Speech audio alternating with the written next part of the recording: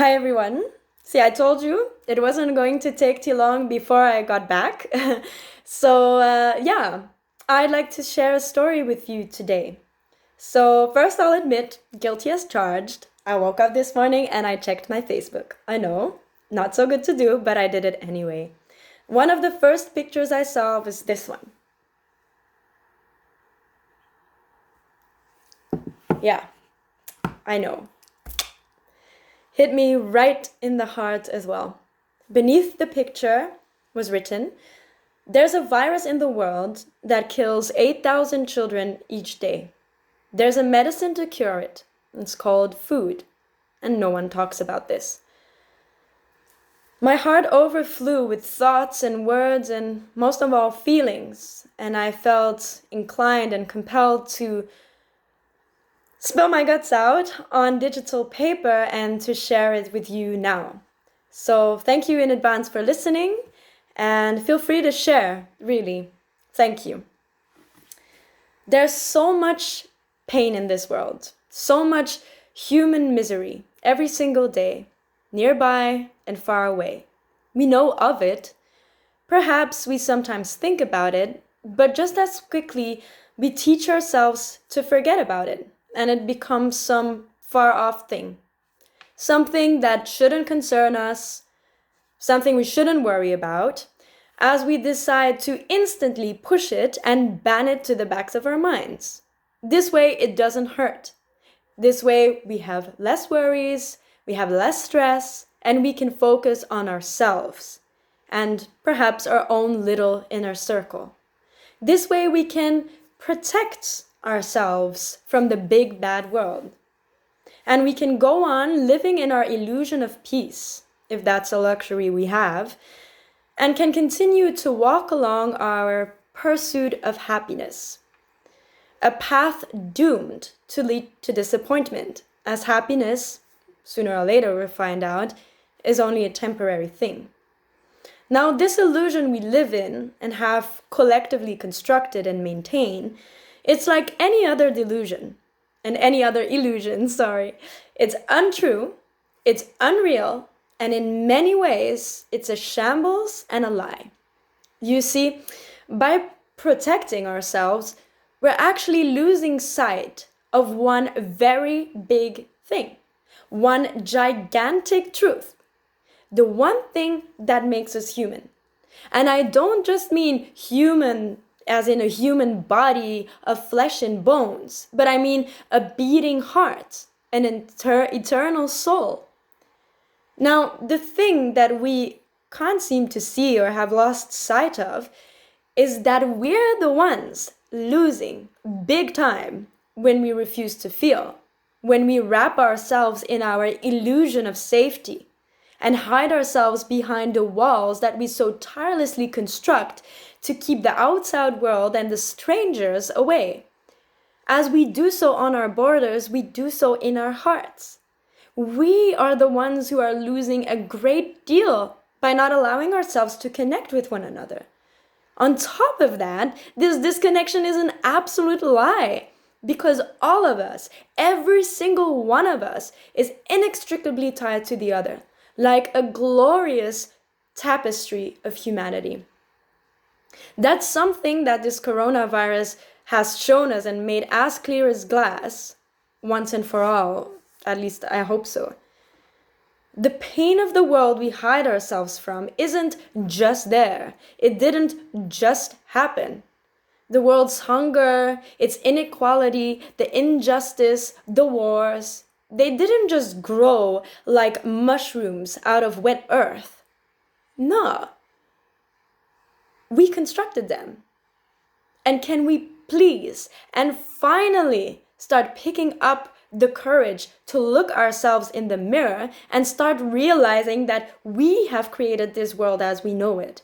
We, us, exactly because we stopped showing empathy and compassion for each other, because we stopped connecting, stopped allowing ourselves to feel what someone else feels, because we're too scared to open and expand our hearts.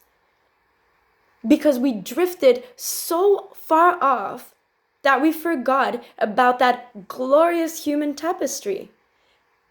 And we started to put ourselves above the whole, considered me to be more important than together. We started to believe in the power of money and material possession more than in the biggest, brightest power in this world, which is love. And very sadly and unfortunately, this leads me to conclude that essentially we've become so very afraid of ourselves. Who would think of putting a beautiful flower behind a big towering wall? No one. No one in their right minds would do that. It would mean death to the flower. It would mean the end of something so beautiful of this natural world that our eyes like to feast on. No one wants that. No one buys or grows a flower to do that. No, you put the flower in the sunlight where it can receive all the nourishing elements of this natural world. That's what you do. That's how it's supposed to be. And in this natural world, there are storms too. There's rain, there's a destructive lightning bolt, and there's gray days as well. And that's the law of life on Earth. That's just the way it is. It's ups and downs. It's successful sometimes, and other times you fail. Maybe before your success, maybe during or after. You hit your head against the wall, you get a few bruises, you scar, and then you heal. And then you become someone slightly different, slightly more experienced, slightly more strong, if that's what you want, if you allow yourself to. Look, someone will hurt you, inevitably, at some point. You'll be left feeling pained and disappointed, but there's always a chance to learn. Sooner or later, you'll realize you can't control life. Someone you love becomes sick. They pass away, and you learn the sorrow and the pain of grief and loss. Eventually, it awaits all of us. In the end of everything we knew, and of everything we think we had, everything we think we are. That's the way it is, and that's how it's always been. Do I sound harsh? Is it hard listening to these words? I'm sorry.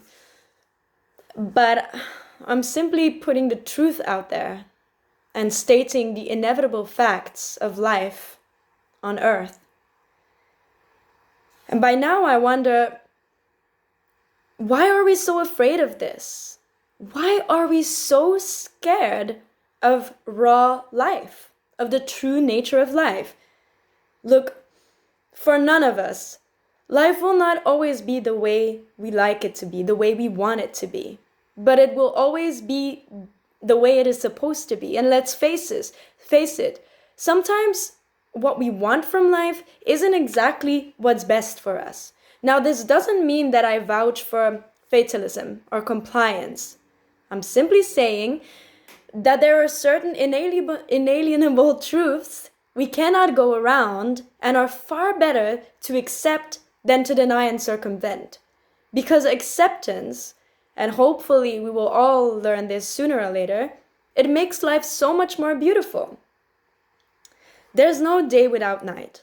There's no light without darkness. And there's no life without death.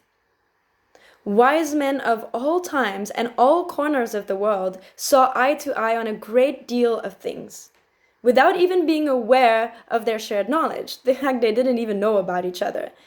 Now, they unknowingly agreed about some things because they truly felt life. And they thought with their hearts, and not only and primarily with their minds, with their heads.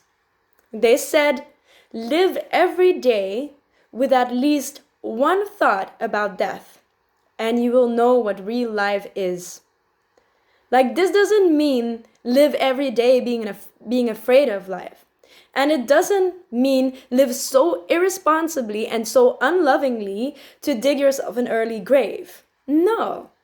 What they were so wisely trying to make us understand is live knowing that death will come for you And it will come knocking on the doors of everyone you love and everyone you know. But don't be afraid of this. Don't hide your head in the sand. Accept it. Accept life fully and wholly, not just a part of it. Like, think about it, that's not how you would want to be loved either. You want to be loved entirely for who you are. So love life just like that. Accept it so that every day you can experience the great joy of seeing something new, because novelty is all around you. Just ask your kid. Accept it so the whole world can look like a miracle, because really, it's nothing short of that. Accept so you can really enjoy and really live the crap out of life, out of time, because time is so precious, so valuable, and it's never coming back. Accept it so you can feel the courage to feel what other people feel, and you will no longer be afraid to connect, and you will no longer be afraid to love. And only when you truly know and feel for others and are empathic, you will truly know and feel what real love is. And everything you thought that love was will just be a shadow of what it will be when you feel that, when you can really share with others. Accept life in all its forms, in all its colors, all its shades, so you can feel your connection to others, to all living, breathing, heart-beating beings here on earth, and you can feel that this planet Earth is your home. Accept this connection so that the word loneliness will become unknown to you. Accept so that every single day you can feel flooded by gracious, real gratitude. Gratitude, empathy, and love that flow into the world, creep into its every corner, and find its way to your heart. And change it. Change you. That's the way of the heart. That's the change we can all make. Every single one of us. Every single day. Here and now if you want to. All you need to do is make one simple choice. It's yours. Choose the way of the heart and be who you truly are. Love. And allow others to find out for themselves as well, to be love. Gift yourself and the world your authenticity, your creativity, your voice, your heart, do everything from the heart. Gift the world your courageous spirit. Open your heart. Connect with the pains in life, with the pains of the people around you. And from there on out, you'll see everything change. Can you? Can we? Thank you for listening. Please feel free to share.